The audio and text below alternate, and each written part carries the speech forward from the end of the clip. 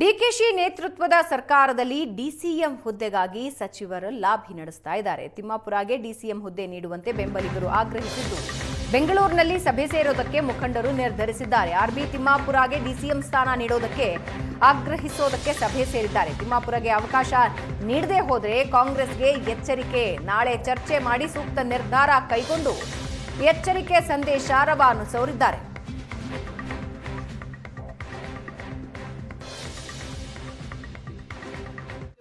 ರಾಜ್ಯದಲ್ಲಿ ಡಿಕೆ ಶಿವಕುಮಾರ್ ಅವರ ನೇತೃತ್ವದಲ್ಲಿ ನೂತನ ಸರ್ಕಾರ ಅಸ್ತಿತ್ವಕ್ಕೆ ಬರಲಿಕ್ಕೆ ಕ್ಷಣಗಣನೆ ಆರಂಭವಾಗಿದ್ದು, ಇವುಗಳ ಮಧ್ಯೆ ಸಂಭಾವ್ಯರ ಪಟ್ಟಿಯಲ್ಲಿ ಬಾಗಲಕೋಟೆ ಜಿಲ್ಲೆಯಿಂದ ಯಾವೊಂದು ಹೆಸರು ಕೂಡ ಕಾಣದೇ ಇರುವಂಥದ್ದು. ಎಲ್ಲೋ ಒಂದು ಕಡೆ ಏನಂತಂದರೆ ಕಾಂಗ್ರೆಸ್ನಲ್ಲಿ ಆತಂಕವೂ ಕೂಡ ಮನೆ ಮಾಡುವಂತೆ ಮಾಡಿರುವಂಥದ್ದು. ಈ ಮಧ್ಯೆ ಕಳೆದ ಬಾರಿ ಸಚಿವರಾಗಿರ್ತಕ್ಕಂಥ ಆರ್ಬಿ ತಿಮ್ಮಾಪುರ ಅವರು ಅವರಿಗೇನಂತಾರೆ ಈ ಬಾರಿ ಡಿಸಿಎಂ ಸ್ಥಾನವನ್ನು ಕೊಡಲೇಬೇಕು ಅನ್ನುವಂಥ ಒಂದು ಒತ್ತಾಯವನ್ನು ಈಗಾಗಲೇ ಅವರ ಅಭಿಮಾನಿಗಳು ಮಾಡ್ತಾ ಇರುವಂಥದ್ದು.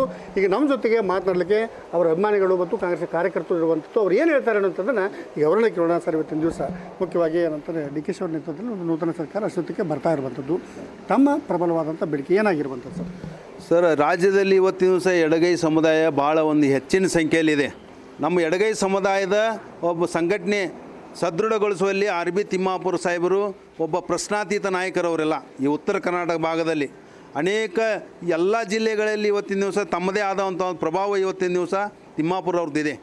ಯಾಕಂತಂತಂದ್ರೆ ಈ ಭಾಗದಲ್ಲಿ ಉತ್ತರ ಕರ್ನಾಟಕ ಭಾಗದಲ್ಲಿ ಇರತಕ್ಕಂಥ ಗದಗ, ಹಾವೇರಿ, ಧಾರವಾಡ ಹಾಗೂ ಬೆಳಗಾವಿ, ಕಾರವಾರ, ಬಾಗಲಕೋಟೆ, ಬಿಜಾಪುರ ಈ ಜಿಲ್ಲೆಗಳಲ್ಲಿ ನಮ್ಮ ಸಮುದಾಯ ಎಡಗೈ ಸಮುದಾಯ ಬಹಳ ಒಂದು ಹೆಚ್ಚಿನ ಸಂಖ್ಯೆಯಲ್ಲಿ ಇವತ್ತಿನ ಕಾಂಗ್ರೆಸ್ ಪಕ್ಷದ ಬೆಂಬಲವಾಗಿ ನಿಂತ ಕೇರಿಂದ ತಿಮ್ಮಾಪುರ ಸಾಹೇಬರ ನೇತೃತ್ವದಲ್ಲಿ ಇವತ್ತಿನ ಕಾಂಗ್ರೆಸ್ ಪಕ್ಷಕ್ಕೆ ಒಂದು ಶಕ್ತಿ ನೀಡುವಲ್ಲಿ ಭಾಳ ಸಫಲರಾಗಿದ್ದಾರೆ. ಅಂಥ ಒಂದು ನಿಟ್ಟಿನಲ್ಲಿ ಇವತ್ತಿನ ದಿವಸ ಆರ್ಬಿ ತಿಮ್ಮಾಪುರ ಸಾಹೇಬರು ಈ ಹಿಂದೆ ಮೀಸಲು ಕ್ಷೇತ್ರದಿಂದ ಶಾಸಕರಾಗಿದ್ದಾರೆ, 4 ಬಾರಿ ಸಚಿವರಾಗಿದ್ದಾರೆ. ಮತ್ತು ಪಕ್ಷದ ಒಂದು ಕಾಂಗ್ರೆಸ್ ಪಕ್ಷದ ಕಾರ್ಯದರ್ಶಿ, ಪ್ರಧಾನ ಕಾರ್ಯದರ್ಶಿ.